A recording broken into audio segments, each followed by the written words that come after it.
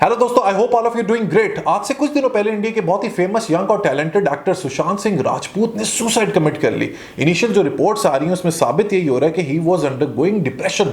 वैसे भी जो ज्यादातर सुसाइड के केसेस होते हैं उसमें इंसान डिप्रेस्ड ही होता है, वो इतना डिस्करेज्ड हो जाता है, इतना दिल बर्दाश्ता हो जाता है जिंदगी से कि उसको कोई रास्ता नजर नहीं आता सिवाय इसके कि वो अपनी जान ले ले। इस मामले के बारे में आज से तकरीबन 1 से 1.5 महीना पहले मैंने बहुत ही डिटेल में वीडियो बनाई थी डिप्रेशन के हवाले से। अगर आपने वो वीडियो नहीं देखी तो मैं ये लिंक ऊपर डाल रहा हूं, आप वीडियो को दोबारा देख सकते हैं, जिसमें मैंने डिप्रेशन के सिम्टम्स के बारे में डिटेल में डिस्कस किया था। उस वीडियो के बाद मुझे बहुत सारे लोगों ने कहा कि आपने डिप्रेशन के सिम्टम्स के बारे में तो वीडियो बना दी, अब इसके इलाज के बारे में भी बताएं, किस तरीके से अगर कोई डिप्रेस्ड है तो वो अपनी डिप्रेशन को खत्म कर सकता है, उसका इलाज करवा सकता है। मैं काफी अरसे से इस बारे में सोच रहा था कि इसके ऊपर भी एक वीडियो जरूर करूं, लेकिन ये जो सुशांत का इंसिडेंट हुआ है उसके बाद मैंने फौरन सोचा कि I should address my people and tell them कि डिप्रेशन लाइलाज मर्ज नहीं है, इसका इलाज हो सकता है। और आज की वीडियो में मैं आपको बताऊंगा कि किस तरीके से साइकोलॉजिस्ट और साइकियाट्रिस्ट डिप्रेशन के मर्ज का इलाज करते हैं। उसके अलावा वीडियो के लास्ट में मैं आपको अपना फुल प्रूफ तरीका बताऊंगा कि अगर आप डिप्रेशन का शिकार हैं या आपके आसपास आपके पीयर्स, आपके फ्रेंड्स, आपके फैमिली मेंबर्स में से कोई भी डिप्रेशन का शिकार है, उसका किस तरीके से आप बेहतरीन तरीके से इलाज कर सकते हैं। सो मेरे साथ बने रहिए और चैनल को सब्सक्राइब करना और बेल आइकन दबाना मत भूलिए। Let's be back.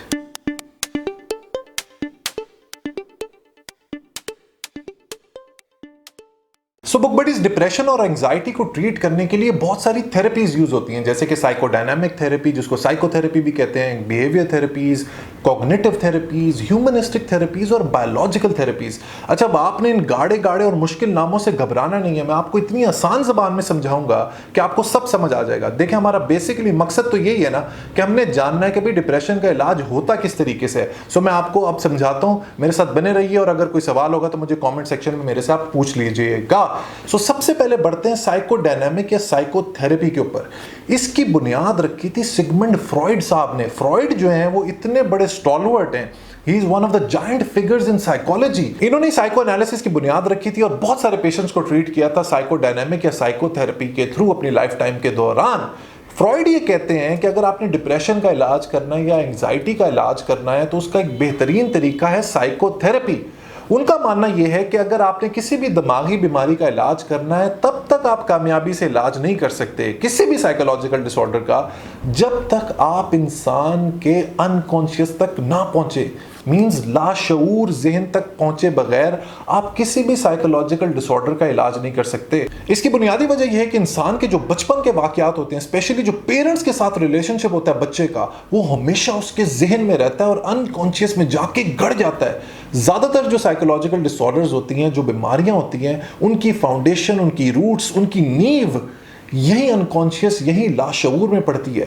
इसीलिए आपने देखा होगा कि ज़्यादातर जो साइकोपैथ्स होते हैं, जो डिप्रेशन का शिकार होते हैं, जो एंग्शियस लोग होते हैं, एंग्जाइटी डिसऑर्डर होता है जिनको, उनका डिस्टर्ब चाइल्डहुड होता है। या तो पेरेंट्स में सेपरेशन हो चुकी होती है, डाइवोर्स हो चुकी होती है, या फिर कोई अब्यूसिव फादर होता है, या बचपन में कोई ऐसा वाकया हो जाता है, कोई रेप हो जाता है, कोई हरासमेंट हो जाती है, जिसकी वजह से इंसान जो है वो आहिस्ता आहिस्ता अपने जहन पे काबू नहीं रख पाता और डिप्रेशन और एंग्जाइटी में आ जाता है। साइकोथेरेपी के दो बुनियादी तरीके सिगमंड फ्रॉइड ने बताए, एक है फ्री एसोसिएशन और दूसरा है ड्रीम एनालिसिस। फ्री एसोसिएशन में जो क्लाइंट है या जो पेशेंट है उसको एक काउच पे लिटा दिया जाता है और जो थेरेपिस्ट है या जो साइकोलॉजिस्ट है वो उससे कहता है कि तुम्हारे जहन में जो भी आ रहा है उसको बोलते चले जाओ without editing and censoring. Freud का इस बात पे बहुत ही पक्का यकीन था कि इस मेथड के थ्रू जहन की गिरें खुल सकती हैं और उस मसले को आइडेंटिफाई किया जा सकता है, उसकी पहचान की जा सकती है जिसकी वजह से इंसान को डिप्रेशन है या एंग्जाइटी है। सो ये तो है फ्री एसोसिएशन मेथड, बड़ा ही अनस्ट्रक्चर्ड मेथड होता है, बड़ा ही लॉन्ग टर्म मेथड होता है। दूसरा ड्रीम एनालिसिस। सिगमंड फ्रॉइड ने 1899 में किताब लिखी थी जिसका नाम था इंटरप्रिटेशन ऑफ ड्रीम्स। बहुत ही जबरदस्त किताब है, उसके ऊपर मैं पूरी एक वीडियो आपको बना के दिखाऊंगा कि क्या जबरदस्त कंटेंट है, बड़ा ही कंट्रोवर्शियल कंटेंट है। तो ड्रीम एनालिसिस में फ्रॉइड ने ये कहा कि ड्रीम के दो कंटेंट होते हैं, एक होता है मैनिफेस्ट कंटेंट और एक होता है लैटेंट कंटेंट। मैनिफेस्ट कंटेंट वो है जो आप कॉन्शियसली ख्वाब में देखते हैं या जो ख्वाब आपको नजर आता है। फॉर एग्जांपल, अक्सर लोग देखते हैं कि वो किसी बिल्डिंग से गिर रहे हैं या फिर कहीं पे ट्रैवल कर रहे हैं या फिर उनको किसी की मौत वाकई होती हुई नजर आती है। इसी तरह जो लैटेंट कंटेंट है वो इस मैनिफेस्ट कंटेंट के पीछे छुपा हुआ कंटेंट है। फ्रॉइड ये कहते थे कि ये जो लैटेंट कंटेंट है इसको समझना बहुत जरूरी है अगर आपने किसी भी दिमागी बीमारी का इलाज करना है।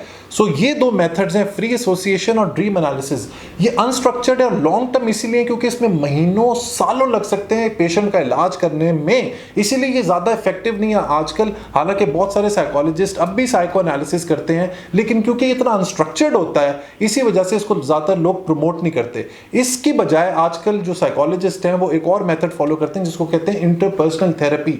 ये ज़्यादा स्ट्रक्चर्ड होता है और ज़्यादा फास्ट ट्रैक पे होता है। डिप्रेशन और एंग्जाइटी का इलाज बिहेवियर थेरेपी के थ्रू भी किया जाता है। जिस तरह साइकोथेरेपी में इंसान के अनकॉन्शियस को समझा जाता है, इस तरह बिहेवियर थेरेपी में इंसान का रवैया यानी कि उसके बिहेवियर को तब्दील किया जाता है। साइकोलॉजिस्ट जो है वो सबसे पहले प्रॉब्लम को डिफाइन करता है, प्रॉब्लम स्टेटमेंट लिखता है और उसके बाद उसका सॉल्यूशन निकालता है। अब इसके भी बहुत सारे तरीके हैं, जैसे कि फर्स्ट है सिस्टमैटिक डिसेंसिटाइजेशन। अब वर्ड बहुत गाढ़ा है लेकिन बहुत ही आसान थेरेपी है। वो ये कि एक पेशेंट को बुलाया जाता है और उसको रिलैक्स किया जाता है कि आप बिल्कुल रिलैक्स हो जाएं, कोई टेंशन ना लें, जहन पे कुछ भी सवार ना करें। उसके बाद उसको कहा जाता है कि जो भी सिचुएशंस तुम्हें सबसे ज़्यादा डिप्रेस करती हैं, एंक्शस करती हैं, परेशान करती हैं, उनको जहन में आहिस्ता आहिस्ता सोचना शुरू करो। उसके बाद साइकोलॉजिस्ट उसके रिस्पॉन्सेज को स्टडी करता है, उसकी बॉडी किस तरीके से चेंज होती है उसको ऑब्जर्व करता है और उसकी बेसिस पे पेशेंट का इलाज करता है। इसी की एक और फॉर्म है इन वीवो एक्सपोजर। इसमें बजाय इसके कि पेशेंट उन सिचुएशंस के बारे में सोचे जो उसको परेशान करती हैं, उसके सामने वाकई वो सिचुएशन को लाके खड़ा कर दिया जाता है। फॉर एग्जाम्पल, अगर किसी बंदे को स्नेक से डर लगता है, सांपों से डर लगता है, स्पाइडर से डर लगता है, कॉकरोचेस या लिजर्ड से डर लगता है, तो उसके सामने उस चीज को प्रेजेंट कर दिया जाता है और आहिस्ता आहिस्ता उसके डर को खत्म किया जाता है। इसी तरह एक और मेथड है सिलेक्टिव रीइंफोर्समेंट। जैसे कि साइकोलॉजी में एक टर्म है ऑपरेंट कंडीशनिंग, जिसको अगर मैं डिफाइन करूं तो वो ऐसे है कि a behaviour which is not rewarded will not be repeated. वो काम जिसका आपको सिला ना मिले, जिसका आपको इनाम ना मिले, वो आप कभी भी रिपीट नहीं करेंगे। तो सेलेक्टिव रीइंफोर्समेंट में साइकोलॉजिस्ट हर अच्छे काम पे उसको कोई ना कोई एडवांटेज देता है, कोई बेनिफिट देता है, कोई ब्राउनी पॉइंट देता है। जैसे कि अगर स्कूल में कोई बच्चा अच्छा काम करे तो टीचर उसको टॉफी देती है या कोई और गिफ्ट देती है। इसी तरह साइकोलॉजिस्ट जो है अगर वो अपना बिहेवियर अच्छा करेगा, डिप्रेशन से बचेगा, एंग्जाइटी से बचेगा और अपना जो है जहनी तवाजुन को इम्प्रूव करता रहेगा, तो साइकोलॉजिस्ट उसको जो है रिवॉर्ड करता रहेगा। इसी तरह बिहेवियर थेरेपी का एक और बहुत जबरदस्त तरीका है जिसको कहते हैं मॉडलिंग। इसमें पेशेंट दूसरों को देख के अपनी दिमागी कैफियत को इंप्रूव करता है। फॉर एग्जांपल, उसको वीडियोस दिखाई जाती हैं उन लोगों की जो डिप्रेशन का शिकार थे और किस तरीके से उन्होंने अपनी डिप्रेशन के ऊपर काबू पाया। या फिर यह भी हो सकता है कि लाइव उसको उन लोगों को मॉनिटर करने को कहा जाता है जो इंप्रूवमेंट पाथ के ऊपर हैं या वो लोग जो डिप्रेशन से रिकवर कर रहे हैं। सो इस तरीके से आप बिहेवियर थेरेपीज के थ्रू इंसान का बिहेवियर या उसके रवैये को तब्दील करते हैं। जिस तरह बिहेवियर थेरेपी इंसान के रवैये को तब्दील करती है, इसी तरह जो कॉग्निटिव थेरेपीज हैं वो इंसान के सोचने समझने की ताकत पर असरअंदाज होते हैं। जो डिप्रेस्ड लोग होते हैं, जो डिप्रेशन का शिकार होते हैं, उनका सोचने समझने का जाविया थोड़ा सा मुख्तलिफ होता है, उसका एक स्पेसिफिक पैटर्न होता है। जैसे कि वो ओवर जनरलाइज करते हैं, एक छोटी सी बात की बेसिस पे वो पूरी चीज का नतीजा निकाल लेते हैं। इसकी बहुत ही क्लासिक एग्जांपल ये है कि एक बच्चे ने इम्तिहान दिए 10 सब्जेक्ट्स की, 9 में वो ए ग्रेड लिया उसने, एक में उसका सी ग्रेड आया, लेकिन सी ग्रेड की बेसिस पे उसने कहा कि मैं दुनिया का वर्थलेस तरीन आदमी हूं, मैं स्टूपिड आदमी हूं और मेरा कोई मकसद नहीं है इस दुनिया में, मैं एक फेलियर हूं। डिप्रेस लोग अक्सर सिलेक्टिव एब्स्ट्रैक्शन करते हैं, मतलब ये कि छोटी छोटी बातों को, इनसिग्निफिकेंट बातों को बहुत बड़ा करते हैं और जो बड़ी सिग्निफिकेंट अचीवमेंट्स हैं उनको बिल्कुल इग्नोर कर देते हैं। इसकी मिसाल ये है कि आपने प्रेजेंटेशन बनाई, आपने बोर्ड को प्रेजेंटेशन दी, आपने अपने बॉस को प्रेजेंटेशन दी, सबको बहुत पसंद आई, सबने आपके लिए तालियां बजाई, अप्लॉज दिया। आखिर में बॉस ने सिर्फ ये कहा कि ये जो फॉन्ट है इस प्रेजेंटेशन का, इसको ब्लैक की बजाय ब्लू होना चाहिए था। बस आपने उस बात को दिल पे ले लिया और आपने कहा कि भाई मेरी सारी प्रेजेंटेशन जो है वो जाया हो गई। इसके अलावा जो डिप्रेस लोग हैं वो मैग्निफिकेशन भी करते हैं और मिनिमाइजेशन भी करते हैं, मतलब ये कि छोटी सी बात को बहुत बड़ा कर देते हैं और जो बड़ी बात है उसको छोटा कर देते हैं। जैसे कि आपकी गाड़ी पे एक छोटा सा डेंट लग गया तो आपने कहा कि भाई क़यामत आ गई, बस अब जिंदगी खत्म हो गई। और इसी तरह आपका परफॉर्मेंस अप्रेजल हुआ, आपको तारीफें मिली, किसी भी बात पे आपको जो है ऑफिस में पजीराई मिली, एक्नॉलेजमेंट मिली, अप्रिसिएशन मिली, आपने कहा कि यार इसकी कोई वैल्यू नहीं है। इसी तरह डिप्रेस लोगों का सोचने का एक और पैटर्न है जिसको कहते हैं पर्सनलाइजेशन। इसमें इंसान अपने आप को जिम्मेदार ठहराता है, दुनिया में जो भी बुराइयां हैं, जो भी आफतें आ रही हैं, उसका जिम्मेदार मैं हूं। फॉर एग्जाम्पल, कोरोना वायरस चल रहा है, कोविड-19 चल रहा है, ये मेरे अमाल की वजह से, ये मेरी बदफेलियों की वजह से, ये इंसानियत जो बुरे काम कर रही है ये उसकी वजह से। हालांकि ऐसा बिल्कुल भी नहीं होता। पांचवा बड़ा थॉट पैटर्न है आर्बिट्ररी इन्फ्रेंस। इसमें इंसान पूरी बात जाने बगैर नतीजे पे पहुंच जाता है। फॉर एग्जांपल, हस्बैंड ऑफिस से आया घर पे, वो चुपचाप है, ऑफिस में कोई बात बुरी लग गई उसको या बॉस ने डांट दिया, वो चुपचाप घर पे आया, किसी से बात नहीं कर रहा, तो वाइफ सोच रही है कि वो मेरे से डिसअपॉइंटेड है, वो समझता है कि मैं उसका ख्याल नहीं रखती और वो सोचो विचार में पड़ जाती है, वहम में पड़ जाती है, हालांकि उसका जो बेसिक मसला है वो उसके ऑफिस का है, उसकी वाइफ से रिलेटेड नहीं है। सो इस तरह के जो थॉट पैटर्न है उनको एड्रेस करने के लिए कॉग्निटिव थेरेपीज का सहारा लिया जाता है। डिप्रेशन के इलाज के लिए एक और बहुत ही मयस्सर थेरेपी जो कार्ल रॉजर्स ने प्रपोज की थी वो है ह्यूमनिस्टिक थेरेपी। इसके हिसाब से हर इंसान में टेंडेंसी होती है ग्रोथ की, सेल्फ एक्चुअलाइजेशन की, अपने मकसद को हासिल करने की और सक्सेसफुल होने की। जब वो ऐसा नहीं कर पाता वो थोड़े बहुत डिप्रेशन का शिकार हो जाता है, परेशानी का शिकार हो जाता है।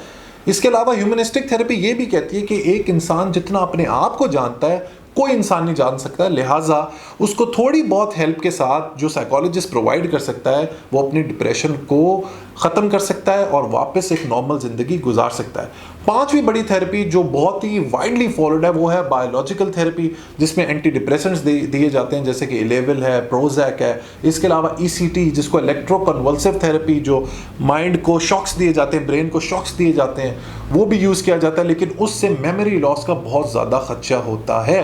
सो ये 4 से 5 थेरेपीज हैं जो वाइडली फॉलो होती हैं, साइकोलॉजिस्ट और साइकियाट्रिस्ट फॉलो करते हैं ग्लोबली एंड इन पाकिस्तान। सो दोस्तों, वीडियो के स्टार्ट में मैंने आपसे प्रॉमिस किया था कि मैं आपको बताऊंगा कि मेरे हिसाब से डिप्रेशन का सबसे बेस्ट इलाज क्या है, बेस्ट थेरेपी क्या है। उससे पहले ये समझ लें कि हमारी जिंदगियों में डिप्रेशन की सबसे बड़ी वजह, सबसे मेजर वजह क्या है। सो दोस्तों, उसकी वजह है ये जो मेरे हाथ में डिवाइस है, mobile phone. This is the biggest source of depression in our lives. मैं डेली दर्जनों लोगों से मिलता हूं जिसमें ज्यादातर तादाद स्टूडेंट्स की होती है और मेरी ऑब्जर्वेशन के हिसाब से 30 to 40% of them suffer from some sort of depression, whether it's mild और सिवियर। और उसकी बुनियादी वजह है ये हमारा मोबाइल फोन। इसने हमारा ह्यूमन टू ह्यूमन कॉन्टैक्ट बिल्कुल खत्म कर दिया है। हमारी जो फैमिली वैल्यूज थी उनको जिल्च कर दिया है। अब आप अगर फैमिली में देखें तो 5 लोग बैठे हैं, वो सारे मोबाइल के साथ चिपके हुए हैं। उसके बाद इंस्टाग्राम के ऊपर perfect vacations, perfect body, perfect hair, perfect skin. और ज्यादातर जो मैंने डिप्रेशन देखा है अनफॉर्चुनेटली वो हमारे यहाँ लड़कियों में हो रहा है। इसके ऊपर मैंने एक प्रॉपर रिसर्च पेपर भी लिखा है, उसके ऊपर भी मैं एक वीडियो बना के आपको बताऊंगा कि किस तरीके से ये जो सेंस ऑफ आइडियलाइजेशन है, पतला होना, खूबसूरत स्किन होना, लंबे बाल होना, किस तरीके से इसने लड़कियों को डिप्रेशन में धकेल दिया है। डिप्रेशन के लिए जो मेरे पास सबसे बेस्ट इलाज है वो ये है कि आप अपना ह्यूमन इंटरेक्शन बढ़ा दें, अपना ह्यूमन कांटेक्ट बढ़ाएं, अपनी फैमिली के साथ जो आपके गुफ्तगू का टाइम है उसको बढ़ाएं, अपने साथ कोई ना कोई मेंटोर रखें जो आपको गाइड कर सके, अपनी कंपनी अच्छी रखें, ज़्यादा फ्रेंड्स ना रखें लेकिन ऐसे रखें जिनके साथ आप डिस्कशन कर सकें। ज़्यादातर लोग डिप्रेशन का शिकार होते हैं, स्पेशली यूरोपियंस, वो इसलिए क्योंकि वो बहुत अकेले हैं, उनको कोई फैमिली स्ट्रक्चर ही नहीं है, सिंगल पेरेंट्स होते हैं। 18 साल के बाद वो अपनी दुनिया खुद डिस्कवर करने निकल जाते हैं। So this is a research that people in west suffer more from depression rather than people over here in the subcontinent. So digital zombies ना बने, अपने relationships को तगड़ा करें, strong करें, healthy करें, मोबाइल फोन से दूर रहें, सोशल मीडिया की एक्टिविटीज को लिमिट करें, किताबों से करीब रहें, माइंडसेट को पॉजिटिव रखें। आप डिप्रेशन से दूर नहीं, डिप्रेशन आपसे दूर भागेगा। So that's it for today। अगर वीडियो पसंद आई हो तो लाइक बटन जरूर प्रेस कीजिएगा और वीडियो को शेयर करना और चैनल को सब्सक्राइब करना मत भूलिएगा। Until next time दोस्तों, let's read, learn, progress and self actualize। Let's read Pakistan।